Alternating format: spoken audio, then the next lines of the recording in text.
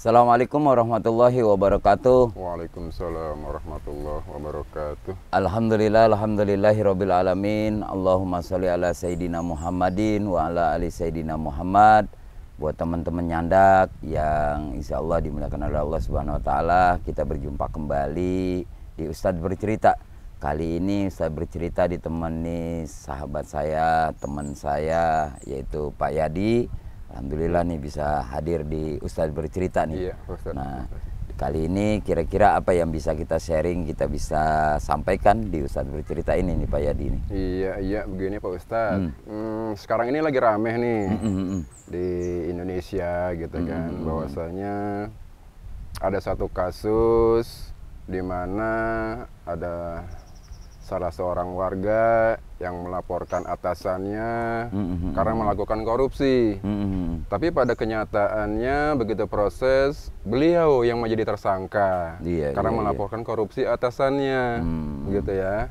Sementara ini kan istilahnya kalau yang namanya kita sudah membuka kesalahan orang lain dalam artian secara hukum, paling tidak kan dia sudah membantu pihak keamanan, pihak hukum, dia sudah membuka gitu kan. Tapi pada kenyataannya dia kemudian menjadi tersangka, gitu, ngelaporin ada kejadian yang melanggar hukum, tapi kemudian dia yang menjadi terhukum, gitu Pak Ustadz. Jadi sebenarnya dia melaporkan kebenaran untuk orang yang salah, malah dia yang menjadi tersangka. Iya, yang disalahkan, gitu Pak Ustadz. Ya, ini dia nih.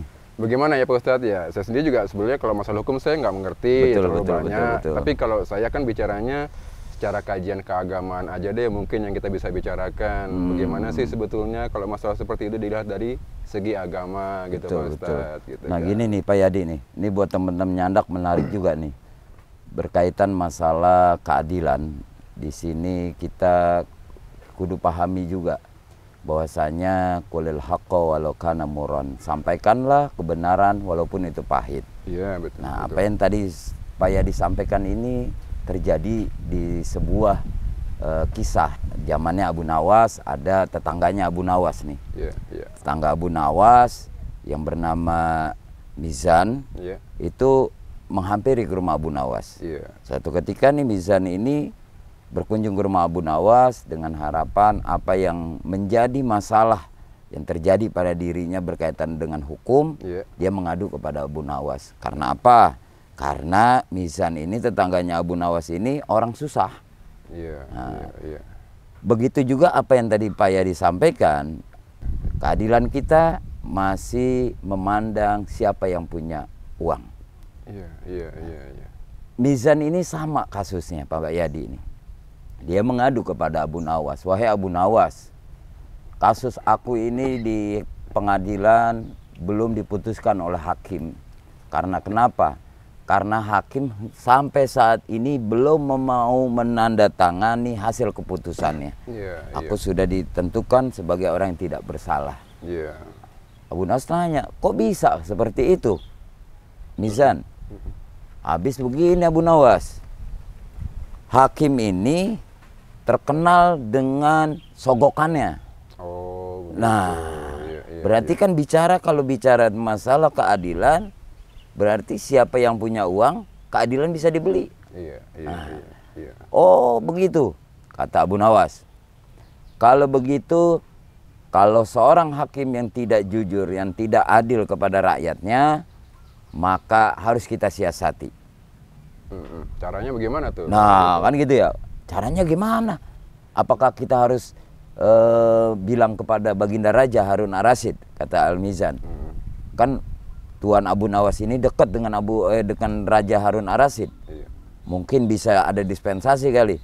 Nggak perlu Raja turun tangan, cukup saya aja. Iya. Terus gimana Abu Nawas? Kata Mizan tuh. Begini. Dia berisikin tuh. Dia berisikin pelan-pelan, Iya. telinganya Mizan, selesai. Oh, kata Mizan, baik.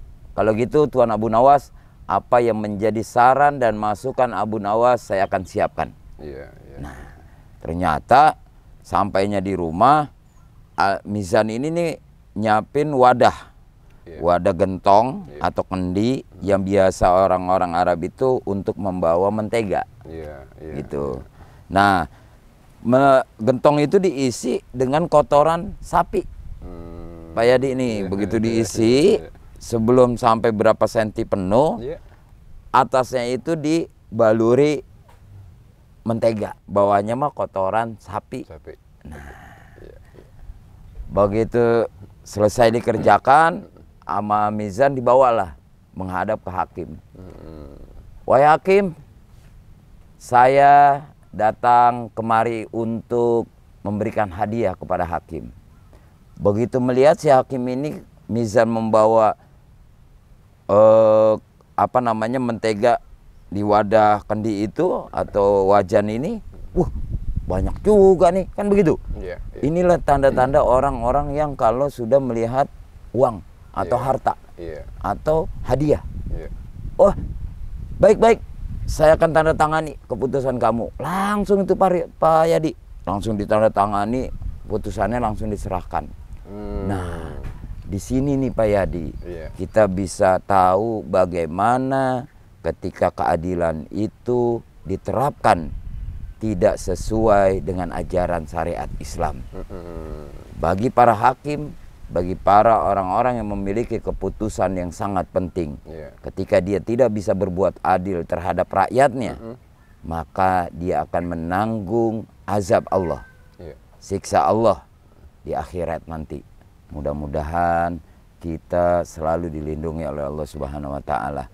Ketika apabila kita mendapat sebuah kasus seperti ini adalah cobaan. Mudah-mudahan Allah akan angkat derajat kita. Khususnya buat kasus yang tadi itu, Iya. dia melaporkan kebenaran, tapi dia menjadi tersangka. Mudah-mudahan Allah lindungi dia, Allah berikan keberkahan untuk hidupnya, dan Allah berikan pertolongan. Iya. Karena pertolongan yang dahsyat itu adalah miliknya Allah Subhanahu wa taala. Buat teman-teman nyandak, perkuat iman dan takwa kita kepada Allah Subhanahu wa taala. Kita jaga ibadah kita kepada Allah. Jadilah hidup menjadi orang yang jujur, jangan menjadi orang yang banyak kebohongan. Mudah-mudahan ini manfaat dari apa yang disampaikan di Ustadz Bercerita ini. Jangan lupa subscribe, like, share, and comment Ustadz Bercerita Nyandak Channel. Assalamualaikum warahmatullahi wabarakatuh. Waalaikumsalam warahmatullahi wabarakatuh.